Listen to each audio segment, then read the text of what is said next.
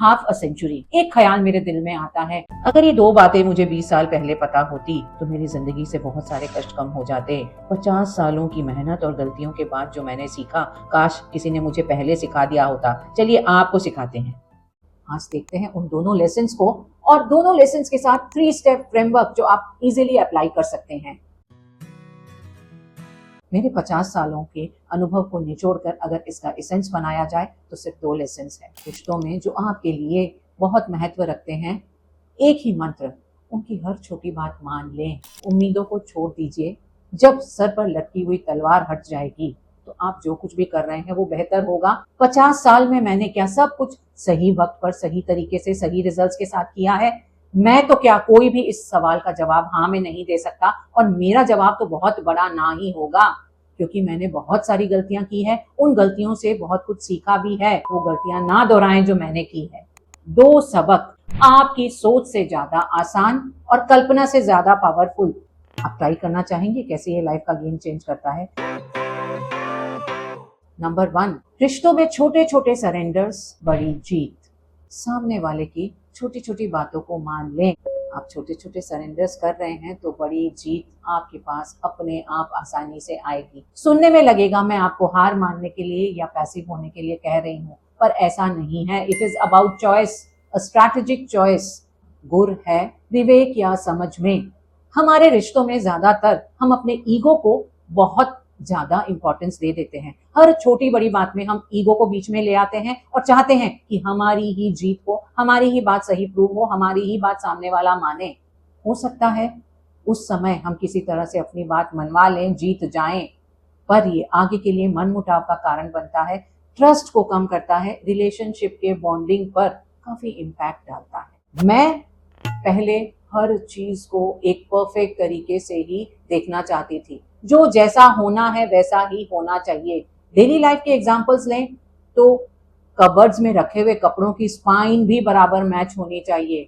अगर कपड़े सुखाए गए हैं तो उन्हें परफेक्ट अलाइनमेंट में होना चाहिए, और इन बातों के लिए मैं लड़ती ही जाती थी। मुझे बहुत समय लगा कि छोटी छोटी बातें, वो परफेक्शन इतने इम्पोर्टेंट नहीं है। Lesson learn the hard way. रिश्तों में ट्रस्ट और वार्मथ बनाना है तो एक मंत्र, उनकी हर छोटी बात मान लें। सुनने में हार जैसा लगेगा, पर ये हार नहीं, आपकी असली जीत है। आप जब उनकी हर छोटी बात मानोगे तो जिस दिन आपको सपोर्ट की जरूरत होगी, जिस दिन बड़ी बात का प्रश्न आएगा, आपकी बात वो मानेंगे दिल से। आपको डिसाइड करना है कौन से रिलेशंस आपके लिए इतने इंपॉर्टेंट हैं जहां आप अपने ईगो को जाने दे सकते हैं। सिर्फ एक रिलेशनशिप डिसाइड कर लें। आपके पार्टनर के साथ है, आपके बच्चे के साथ है, आपके पेरेंट्स के साथ है। उस रिलेशनशिप में just be ready for some small surrenders. फिर देखें वो छोटी छोटी हार कैसे आपके रिलेशंस को जीत दे देती है। Evaluate cost versus benefit. आपको ये देखना है कि ये छोटी जीत या हार डिपेंड करता है किसके पॉइंट ऑफ व्यू से देख रहे हैं। इसका इम्पैक्ट आपके रिलेशनशिप पर कैसा है? क्या ये आपके रिलेशनशिप को मजबूत बना रही है या उसे कमजोर कर रही है? आप जो लड़ाई लड़ रहे हैं क्या सचमुच में किसी इंपॉर्टेंट बात के लिए है या फिर सिर्फ आपका ईगो है? छोटी छोटी बातों को यस बोल दो, दिल खोल दो, और जब बड़े पल आएंगे तो वो भी यस बोल देंगे। Lesson number 2, let go of expectations. उम्मीदें हम पर चुपके से हावी हो जाती है, इस तरह से हम पर कब्जा कर लेती हैं कि हम लोगों से, सिचुएशन से, खुद से भी बहुत ज्यादा आशा रख लेते हैं, और वो सच्चाई पर खरी ना उतरे तो बहुत निराशा, फ्रस्ट्रेशन, दर्द का सामना करना पड़ता है। हम स्वीकार भी नहीं कर पाते। पढ़ाई, करियर, रिलेशनशिप, लाइफ में बहुत उम्मीदों को लेकर चलती थी। समय लगता था, पर मोर और लेस मैंने अपनी सारी उम्मीदें पूरी कर ली बाय गॉड्स ग्रेस। तो मेरी उम्मीदों का लेवल बढ़ता गया। जब तक पूरी नहीं होती थी बहुत तकलीफ में रहती थी, और ये तकलीफ का सबसे खराब रूप मैंने देखा अपनी यूट्यूब जर्नी में। 4 साल पहले जब मैंने इस यात्रा की शुरुआत की, इन उम्मीदों के साथ कि मुझे बहुत जल्दी सक्सेस मिलेगी, बहुत नेम फेम होगा और मेरा अपना एक मुकाम होगा। नेम फेम सक्सेस, मुकाम की बात छोड़ दें, कई बार तो ऐसे लगता है कि मेरे अटेम्प्ट्स को कोई देख भी नहीं रहा।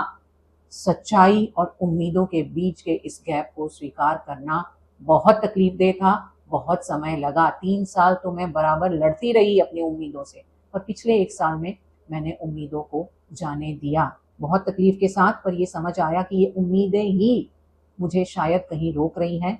4 साल का यूट्यूब करियर, 3 साल उम्मीदों के साथ लड़ती रही, तकलीफ सहती रही, पर इस पिछले साल में मैंने जब से उम्मीदें छोड़ी सक्सेस की, तब से मुझ में एक रेजिलियंस, एक धैर्य आया है और क्रिएशन के प्रति जो लगाव है, जो जॉय मुझे मिलता है, इसकी समझ अब आई है। अब कंटेंट क्रिएशन का main purpose the Joy of creating, अच्छे से खुद को एक्सप्रेस करना और अच्छी एडिटिंग करना हो गया है। लाइक्स, शेयर, सब्सक्राइब अब भी एक भी मिल जाए तो उतनी ही खुशी होती है, पर अब उम्मीदों वाला दर्द नहीं होता। उम्मीदें छोड़ दी, अब सक्सेस के बारे में इतना नहीं सोचती, फिर भी ज्यादा सक्सेसफुल हूँ। जानना चाहेंगे कैसे? अब भी अगर एक भी व्यू आता है, लाइक आता है, तो मुझे खुशी होती है, पर सक्सेस के मायने बदल गए हैं कि जब से मैंने उम्मीदों को खुद से दूर किया है। जानते हैं ये सक्सेस मुझे किस रूप में नजर आती है? जो कुछ भी हो, काम पर जुटे रहने की शक्ति, और यात्रा जैसी भी हो उसे इंजॉय करने की आजादी। ये सक्सेस तो मेरे साथ ज्यादा समय तक रहेगी, मुझे ज्यादा ग्रो कराएगी। मैं ऑलरेडी खुद को ज्यादा ग्राउंडेड, ज्यादा स्ट्रांग, ज्यादा मैच्योर फील करती हूँ। आप क्या कंट्रोल कर सकते हैं और क्या कंट्रोल नहीं कर सकते, इन्हें अलग कर दें। इन दोनों को अलग कर लेते हैं तो अपने आप एक्सपेक्टेशंस कम हो जाती हैं और काफी डिसअपॉइंटमेंट से हमें बचाती हैं। आप कंट्रोल नहीं कर सकते कि दूसरे कैसे बिहेव कर रहे हैं, कोई सिचुएशन कैसे अनफोल्ड हो रही है, यहाँ तक कि आपकी कड़ी मेहनत का नतीजा भी कैसा मिल रहा है, पर आप कंट्रोल कर सकते हैं अपनी मेहनत को, अपने माइंडसेट को और अपने रिएक्शन को। आपको काम करना है, रिजल्ट आपके हाथ में नहीं है। आपके हाथ में क्या है कि आप अपना काम करें, उनमें अगर गलतियां हो उनसे सीखें। मेरे हाथ में ये नहीं कि यूट्यूब जर्नी का रिजल्ट कैसा होगा, पर मैं क्या कंट्रोल कर सकती हूँ कि मैं अपने काम की क्वालिटी बेहतर करूँ, कंसिस्टेंटली करूँ और लगातार सीखती रहूँ, इम्प्रूव करूँ। Adjust expectations to reality. हम चाहे जितना भी कह लें कि उम्मीद नहीं करनी है, पर हम जो कुछ भी करते हैं किसी उम्मीद से जुड़ा होता है, और उम्मीदें ज्यादातर हम किसी हाई स्टैंडर्ड्स के साथ करते हैं। इन्हें एडजस्ट करना है सच्चाई के साथ।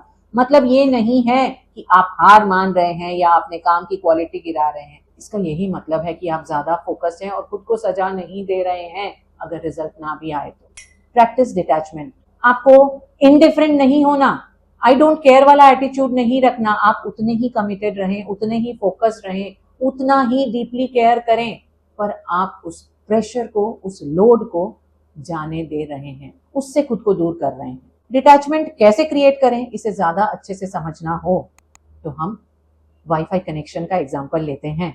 जब हम किसी गैजेट को वाईफाई से कनेक्ट करना चाहते हैं, बहुत ज्यादा अटैच हो जाते हैं, जल्दी करना है तो वो बफरिंग बड़ी बुरी लगती है। वहीं जब हमने जो कुछ करना है कर कर छोड़ दिया, तो आप फील करेंगे कि बहुत आसानी से वाईफाई कनेक्शन मिल गया। अब थोड़ा रुकें और इंट्रोस्पेक्ट करें कि अपने रिश्तों में हम कितनी छोटी छोटी लड़ाइयां जीतने में इतने बिजी रहते हैं कि बड़ी हार कब हो जाती है पता ही नहीं चलता।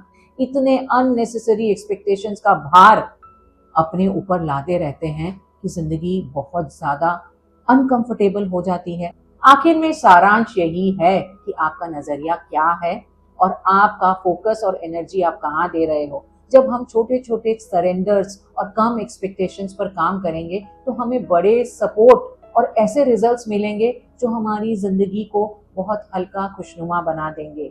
50 सालों में बहुत सारी चीजें सीखी, उसका निचोड़ या सारांश बताना हो तो वो ये है कि जिंदगी अपनी हर बात मनवाकर जीतने के बारे में या अपनी हर उम्मीद को खरा उतरता हुआ देखने के बारे में नहीं है। It is about choosing wisely. हम में ये विवेक, ये समझ होनी चाहिए कि हमारे लिए कौन सी लड़ाई इंपॉर्टेंट है, कौन सी उम्मीद हमें रखनी है, कौन सी छोड़नी है। अगर ये समझ आ जाए तो ये लाइफ के लिए एक बहुत बड़ा गेम चेंजर है। आप ट्राई करना चाहेंगे कैसे ये लाइफ का गेम चेंज करता है? इन दोनों चीजों पर हमने काबू पा लिया तो जिंदगी आसान हो जाएगी ना। मानते हैं कि नहीं? आपको किस उम्मीद ने सबसे ज्यादा बांध रखा है? Learn from me, don't repeat the mistakes I made. It's Varsha saying bye for now.